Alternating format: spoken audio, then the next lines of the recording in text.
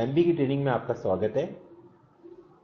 आपने जैसे पहले देखा था कि जो डेटा आपको टीएस मॉड्यूल से मिला है वो डेटा जिस जिस जिस जिस ऑफिस की भी टेक्निकल सेंशन जारी हुई है उस ऑफिस को आगे का काम एमबी वाले मॉड्यूल में करना है। और एमबी वाले मॉड्यूल में लॉगिन करने के लिए उसे वही काम करना होगा जो उसने पहले टीएस वाले लॉगिन में किया था। तो HO4 में आप लॉगिन कर रहे हैं और इसका लॉगिन करने के बाद हमने लॉगिन पासवर्ड डाला है और साथ में कैप्चा जो डालना कंपलसरी है वो डाल देते हैं और लॉगिन कर देते हैं। इसमें वेंडर रजिस्ट्रेशन का ऑप्शन भी है और फॉरगेट पासवर्ड का ऑप्शन भी है। अगर आपको जरूरत हो तो आप उनको क्लिक कर सकते हैं। हर एक वेंडर को एक बार रजिस्ट्रेशन करना जरूरी होगा और ये वेंडर हम चाहते तो वेम से ला सकते थे, लेकिन जब हमने वेम का डेटा देखा तो उसमें मालूम पड़ा कि एक ही वेंडर की मल्टीपल इंफॉर्मेशन है, तो ये कंफर्म नहीं हो पा रहा था कि कौन सा वेंडर की इंफॉर्मेशन सही है। तो हमें ये ज़्यादा ठीक लगा कि वेंडर का रजिस्ट्रेशन होगा और फिर जो ऑफिस उसको अपने ऑफिस में जोड़ना चाहेगा वो उसकी इंफॉर्मेशन को चेक करके उसको जोड़ पाएगा। तो पहले अपन एचओ वाले ऑफिस में लॉगिन कर रहे हैं। लॉगिन करने के बाद कुछ आपको इस तरह की स्क्रीन दिखाई देगी। यहाँ पर मेनू में आपको मल्टीपल ऑप्शन दिखाई देंगे, जैसे work order management, MB management, hindrance management, user management और मैनुअल्स भी हमने यहाँ पे आपको डाल के दिए हैं। आपको जो डेटा आपने वहां पे टेक्निकल सेंशन मॉड्यूल में डाला था वो सारा डेटा आपको यहाँ पर दिखाई देगा, है ना। जैसे आपने ये वाला डेटा जिसका आपने टेंडर भी कर चुके हैं, टेंडर करने के बाद इस सिस्टम में आने के बाद आपको क्या करना होगा, यहाँ बताना पड़ेगा कि टेंडर में L1 का जो कॉन्ट्रैक्टर है वो कौन है। तो यहाँ पर L1 का कॉन्ट्रैक्टर आप बताएंगे और ये वाला बटन आप प्रेस करके इसमें बता सकते हैं किस वेंडर के नाम पर आप वो टेंडर निकला है और कितने प्रीमियम पर उसने टेंडर को खोला है। तो फॉर एग्जांपल जैसे डेमो वेंडर में अपन बताना चाह रहे हैं, डेमो वेंडर है और डेमो वेंडर जब आप चूज करेंगे तो वेंडर की बाकी इंफॉर्मेशन आपको यहाँ पे डिस्प्ले हो जाएगी। और सपोज उसने 10% पर आपको टेंडर दिया है तो ये इंफॉर्मेशन यहाँ पे सेव करने के लिए आपको बटन मिल जाएगा, ठीक है। और ये सेव होने के बाद ये इंफॉर्मेशन आपकी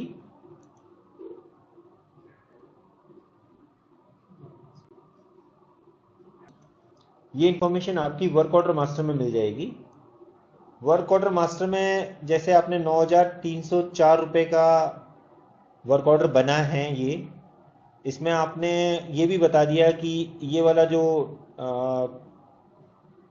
पर्सन है कौन है। आप लेटर ऑफ एक्सेप्टेंस इसके थ्रू निकाल सकते हैं।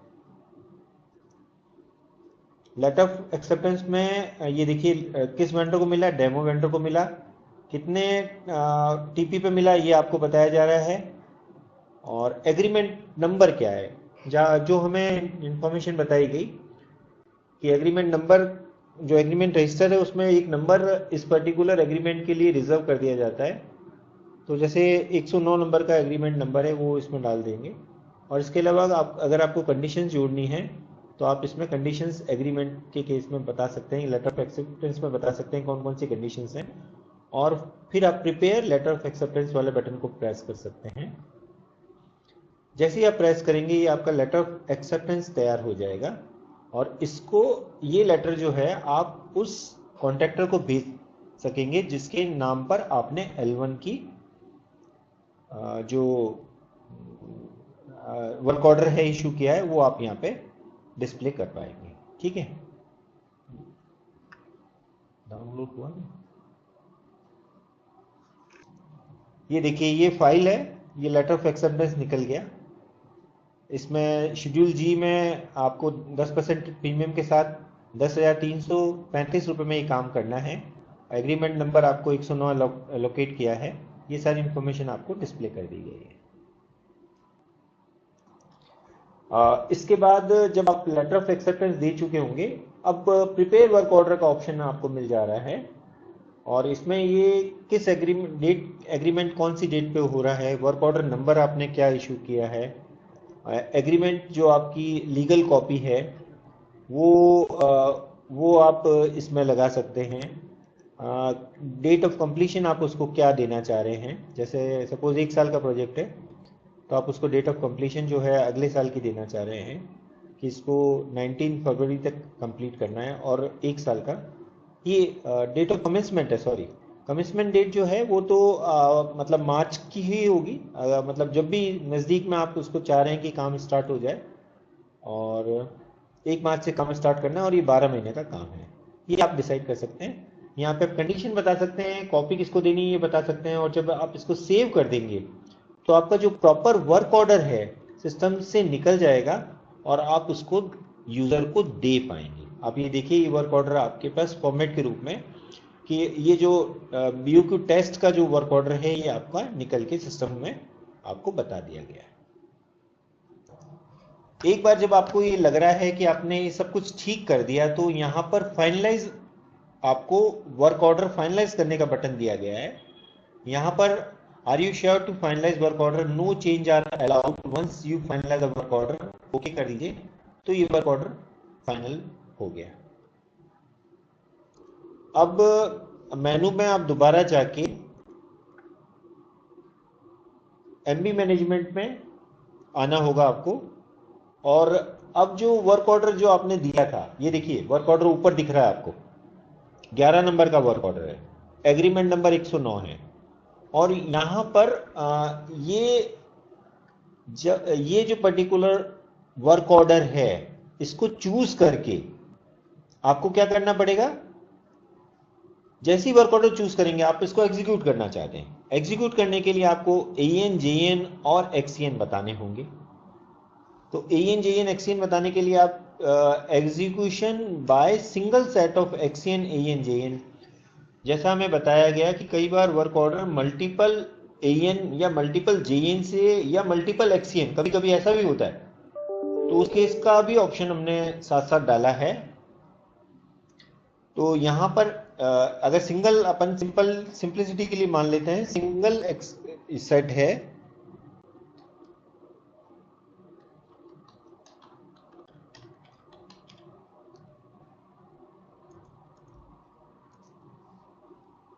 ठीक है। तो अपन ने HO XCN अपने खुद को XCN असाइन कर दिया, AN और JN असाइन करना बाकी है।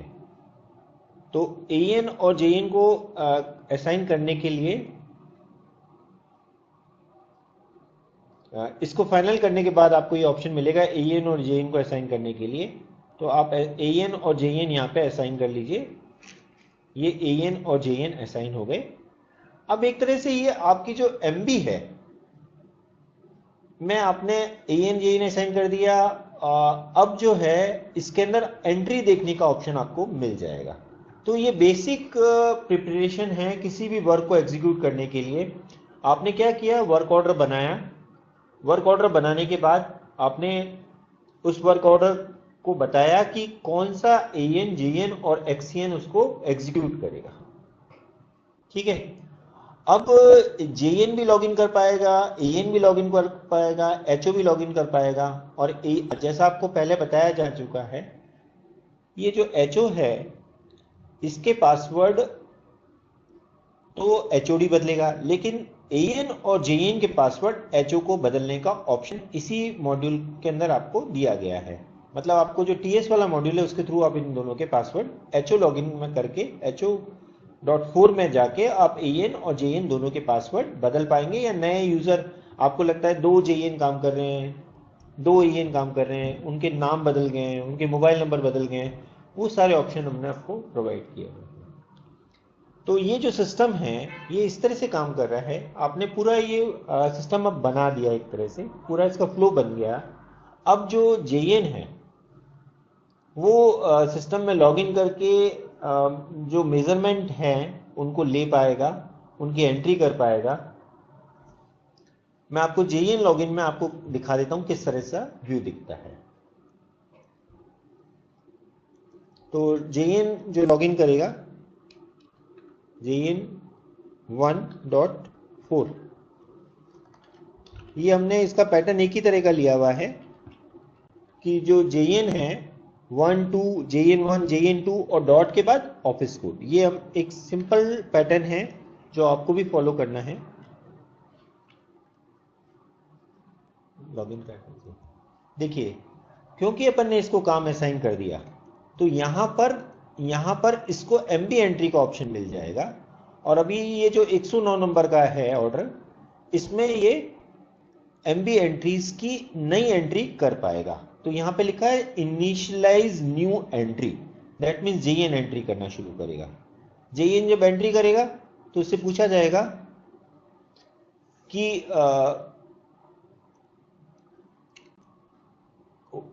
किस बिल के लिए वो एंटर करना चाहता है। कई बार वो एक ही बिल बनता है, कई बार रनिंग बिल बनेंगे, है ना। सपोज अपन रनिंग बिल की बात कर रहे हैं तो बिल नंबर 1 हो गया, रिमार्क लिख दीजिए और सबमिट कर दीजिए। तो ये जो पर्टिकुलर MB की एंट्री करना शुरू किया, इस एंट्री में उसको अभी कोई रिकॉर्ड नहीं दिख रहा और यहां पर उसको 3 बटन मिल रहे हैं, add item,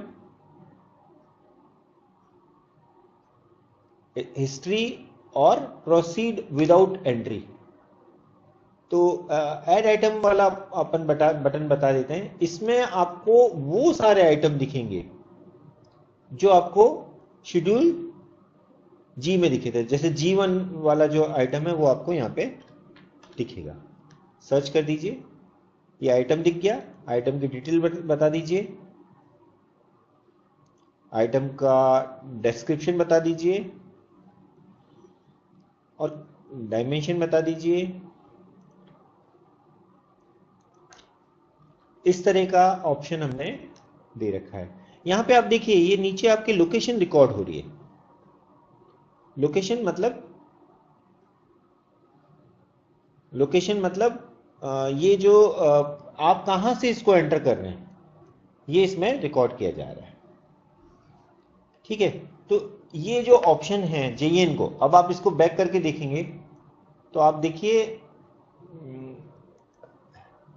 MB entry start की है और अभी फाइनल नहीं की है।